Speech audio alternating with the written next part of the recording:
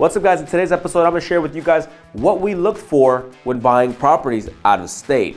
My name is Brian Tran. I'm located right here in the San Francisco Bay Area, and we buy a lot of properties. As of this filming, I actually own a handful here in California, but I decided, you know what, we're not going to expand the portfolio here anymore. We're actually going to be looking to expand it in states like Alabama, Texas, states that are a couple more friendly for landlords. As you know, California right now, they're coming out with too many rights for tenants. They're coming out making it very hard for landlords to just own properties here. Not to mention the prices are just so expensive that if we were to rent it out, you would actually lose money every single month. So I'm going to share with you guys in this video how we came to the conclusion, or better yet, what we looked for when buying out of state. Okay, so the first thing we looked for, because California is just too difficult, it had to be landlord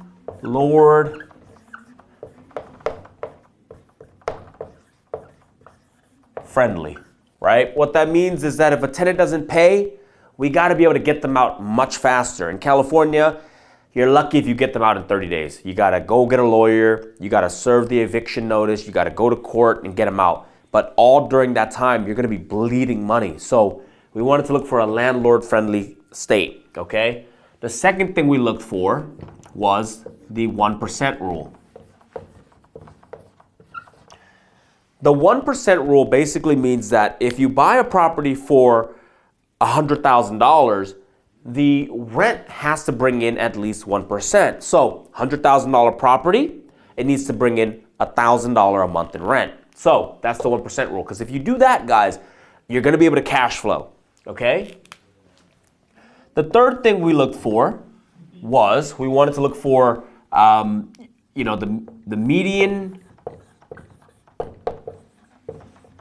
home price, right? An affordable median home price. So in the state that we ended up deciding to go to was actually Alabama, where the median home price was $126,000. Affordable, that's what we want. And it met the 1% rule. The fourth thing was the population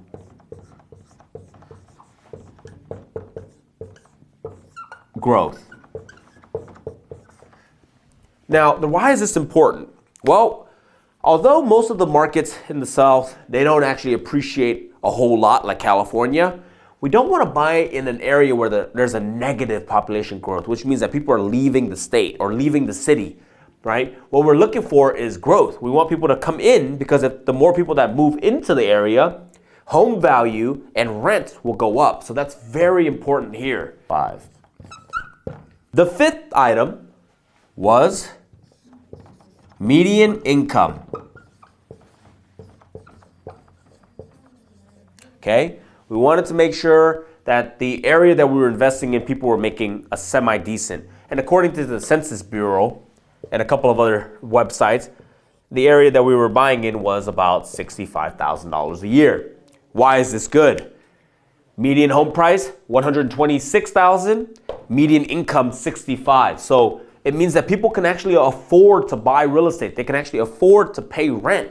You don't want it to be so low where this becomes unobtainable, kind of like California right now. The average home price right now in San Francisco is 1.2, 1.3 million, and the average income is only like 100, right? 120. It just doesn't, there's too large of a gap. If you're getting a lot of value out of this, make sure you give me a like and a follow and hit the subscribe button. It really helps my channel. Thank you. So I'm gonna give you guys a couple of other things that were a little bit bonuses. These were not so much like a deal killer, but there's something to consider when you're buying properties out of state. Number 6 is snow. Now, we were looking in some markets that had some snow, no problem, but this becomes kind of a tricky thing, because we didn't want to buy in the snowy areas because a couple of things. A lot of wear and tear on the roof. You got to worry about the pipes bursting. You got to worry about, like, for example, in Ohio, somebody has to shovel all that freaking snow off the sidewalks. And so if you think about it, if the tenants aren't going to do it, you have to pay a company to do it. And that could be 40 to 50 bucks every single time. So you can imagine if it snowed, I don't know, like a whole week, and you got to shovel it and pay somebody, that can wipe out your whole month's profit for that particular property. So that's why this one was kind of like, we'll buy it if the deal's right, but we're gonna try to avoid it as much as possible. And the number 7 thing that people don't think about are property tax.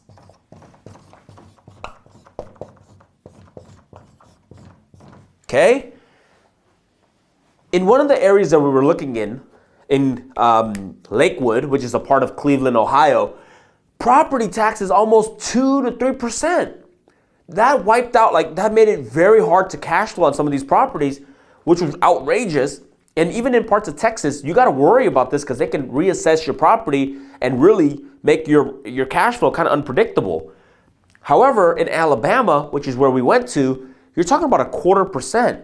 So it's pretty much nothing. I think it's the second state with the lowest property tax. Don't ask me where number 1 is. I have no freaking idea. But this was very good because, the less we pay here, the more we get. Let me show you. Right here. All right? Okay, so I'm actually going to do a live deal or no deal, okay? So the realtor just sent this over, and I'm going to use the real address so that you guys can just take a look at it, follow along.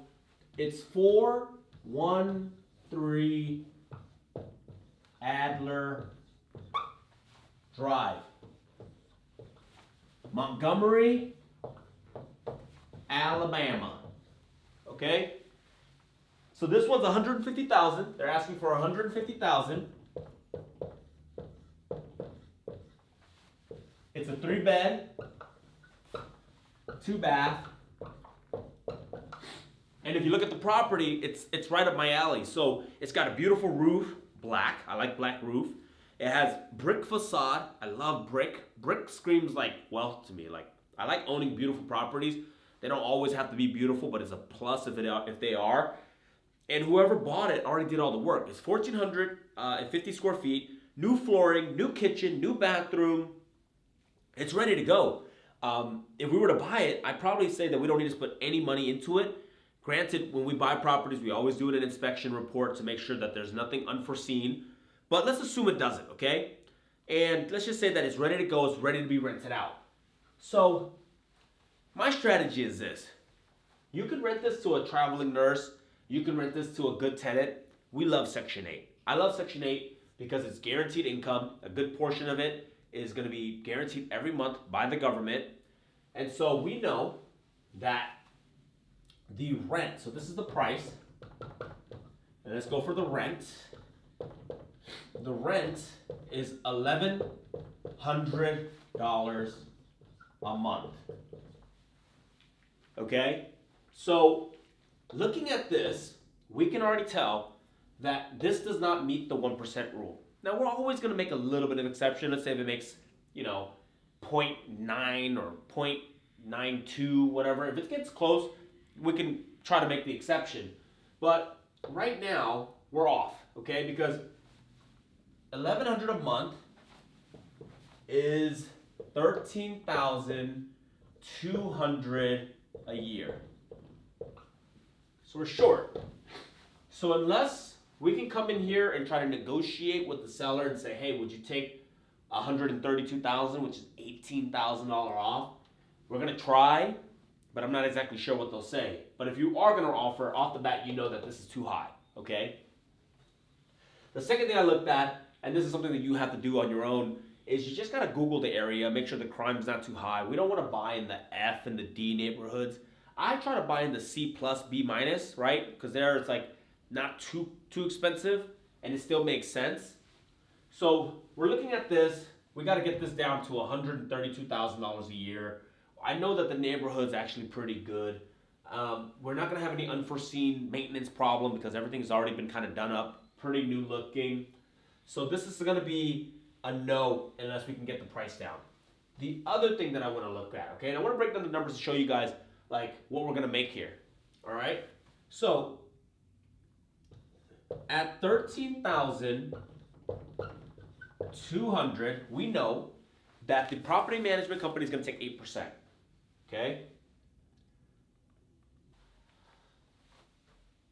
So property management is going to take $1,056.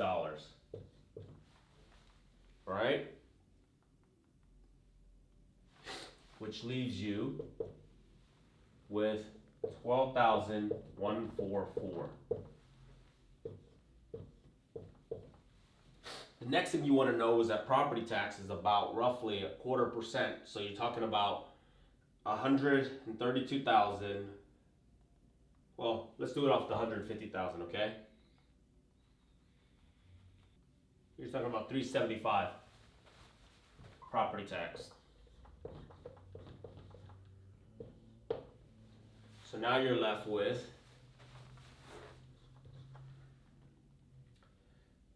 12,144 minus 375. You're left with 11,769.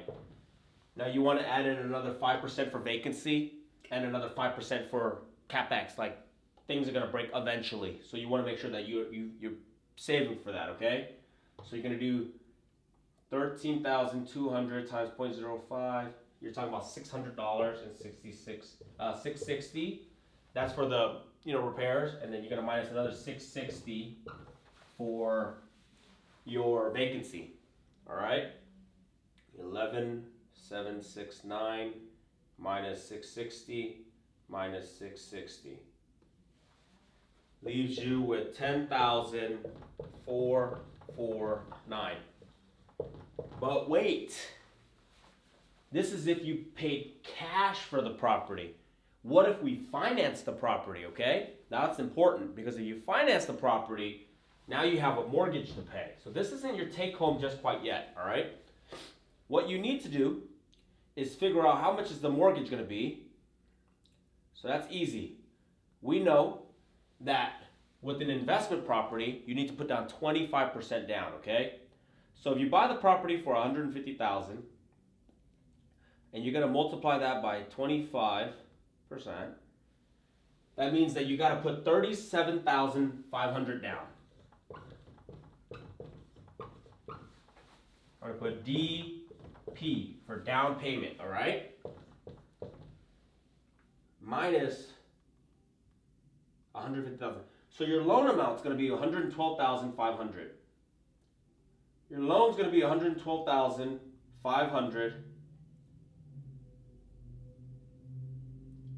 30 years at 7%. Let's just do 7.5%, okay? Because rates are actually dropping, but let's go a little bit higher. So your monthly payment, right, off of the loan. So it's going to be $786.62 a month. If you do 786.62 times 12, your mortgage payment each month is going to be $9,439.44. Right? So you take this is how much you're going to make minus the mortgage payment, and you're only going to make $1,000.09 profit. To me, makes no sense. You're probably wondering why. Okay?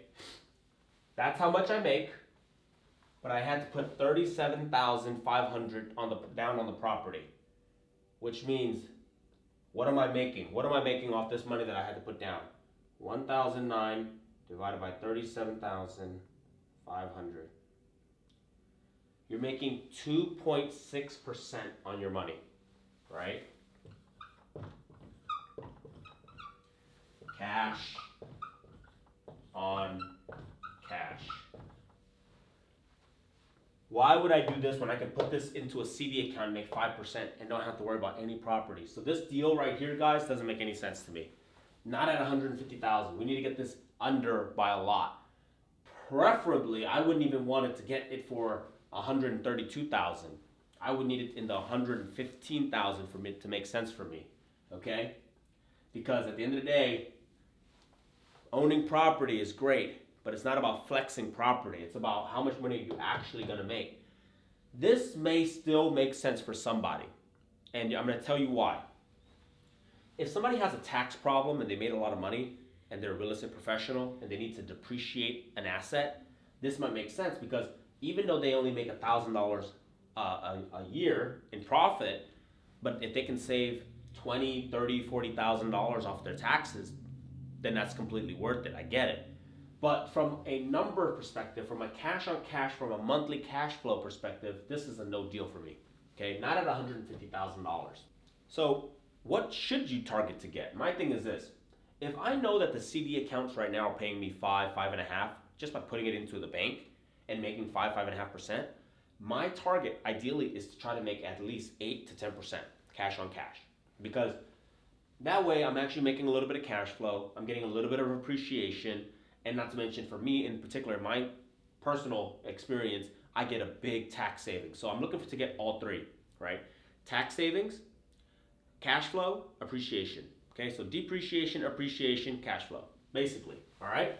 So I hope this kind of makes sense for you guys. Hope gives you guys like a little bit more of a thought process. Play with the numbers a little bit more. There are definitely deals out there. Just this one's a little too expensive. But here's the kicker, all right? Of the 3 properties that we just recently bought, I was able to negotiate very heavily, not only on the price, but also on seller credit. So we picked up a couple properties in the 90,000 range, and the most expensive one being 110,000. And they were all bringing in about $1,100 a month. And at that price, it made a lot of sense. So give me a thumbs up if this was a lot of value. Hit the subscribe button, right? Let me know if you want me to do more value. Send me your deals, and then let me throw it in the calculator. Let me see if it makes sense financially. Let's go. Peace out.